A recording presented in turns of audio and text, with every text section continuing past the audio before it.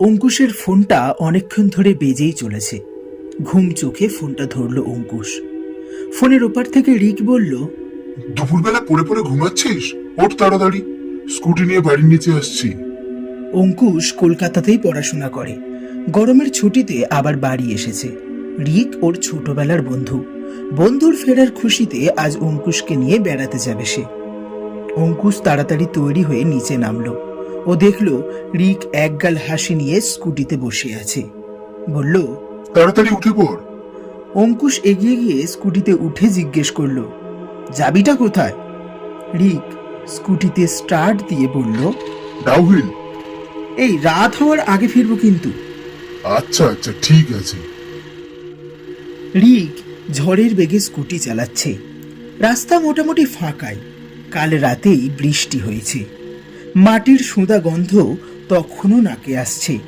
আস্তে আস্তে পাইন বনের সারি রাস্তার দুপাশের দিগন্তকে ঢেকে দিতে শুরু করেছে।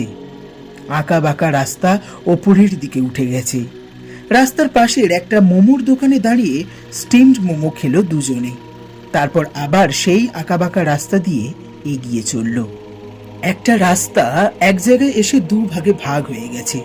রিক বলল, এই বাঁদিকের রাস্তাটায় আগে গেছিস কখনো? অঙ্কুশ মাথাটা তার চুলকে বলল, না রে, মনে পড়ছে না। জানিসই তো আমি বেশিরভাগ সময় কলকাতাতেই থেকেছি। আর ছোটবেলায় ভয়ও লাগতো এই জায়গায় এসে। দিদা বলতো ডাউহিলের আঁকে বাঁকে নাকি অনেক ভয় লুকিয়ে থাকে। রিক বলল, তাহলে চ, এই বাঘটাই নেব। কিছুটা দূর যেতে না যেতেই একটা ঘন কুয়াশার চাদর ঘিরে ধরল ওদেরকে। আশেপাশে কিচ্ছু দেখা যাচ্ছে না, শুধুমাত্র একটা আওয়াজ ওরা শুনতে পেল, একটা গঙের আওয়াজ। অঙ্কুশ বলল, মনে হচ্ছে আশেপাশে কোনো মনেস্ট্রি আছে না? আর একটু এগোতেই কুয়াশা একটু একটু কমে যেতে থাকলো। রিক স্কুটিটা থামালো। একটা জায়গায় জঙ্গল কিছুটা কমে এসেছে। ওদের চোখে পড়ল কয়েকটা বাড়ি নিয়ে ছোট্ট একটা গ্রাম। স্কুটিটা দাঁড় করিয়ে রিক বলল, কি অদ্ভুত, আমাদের এখানে এত সুন্দর একটা গ্রাম আছে, আগে জানতামই না। অঙ্কুশও অবাক হয়ে তাকিয়ে রইল।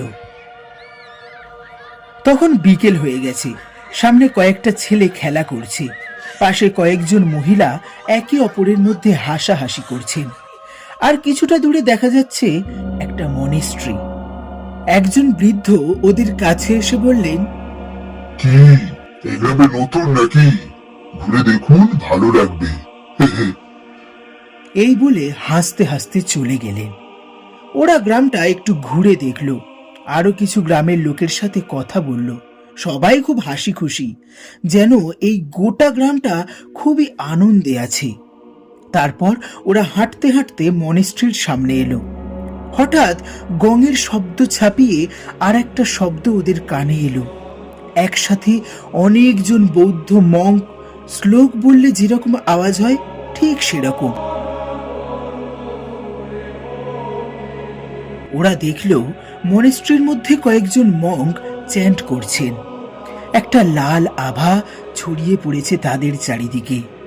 আর আর একটা খুব সুন্দর মাদকীয় সুর ঘুরে বেড়াচ্ছে। রিককে একজন লোক ঠেলা মেরে চলে গেল। রিক একটু মেজাজ নিয়েই বলল, আরে, দেখে যেতে পারেন না নাকি? সেই লোকটা যেন ওর কোনো কথাই শুনতে পেল না। ওরা চারপাশে তাকিয়ে দেখল গ্রামের সব লোক একসাথে এগিয়ে যাচ্ছে মনেস্ট্রির পিছন দিকে। বাচ্চা, মহিলা, বৃদ্ধ সবাই সবাই একসাথে যেন পাথরের মতো এগিয়ে চলেছে।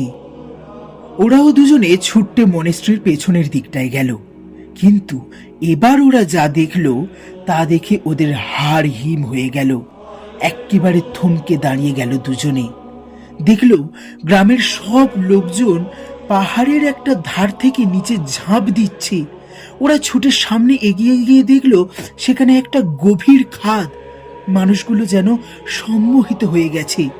অঙ্কুশ আর রিক পাগলের মতো চেষ্টা করলো মানুষগুলোকে আটকাবার, কিন্তু কিন্তু পারল না। ওরা সবাই হাত পা ছড়িয়ে ঝাঁপ দিচ্ছে খাদে। রিক আর অঙ্কুশ আতঙ্কে জ্ঞান হারালো। অঙ্কুশ যখন চোখ মেলল দেখলো সকাল হয়ে গেছে। ও হাতের ওপর ভর দিয়ে উঠে বসলো। কিছুটা দূরে রিক পড়ে রয়েছে। অঙ্কুশ কিছুই মনে করতে পারল না। চারিদিকে ভালোভাবে তাকিয়ে বুঝলো ডাউহিলের জঙ্গলের মাঝ রাস্তার উপরেই পড়ে আছে ও আর রিক। আর ওদের সামনে কিছুটা দূরে জঙ্গলের মাঝে জেগে রয়েছে একটা ভাঙা মনেস্ট্রি। আর একটা গঙের মিহি সুর ভেসে আসছে সেই মনেস্ট্রি থেকে।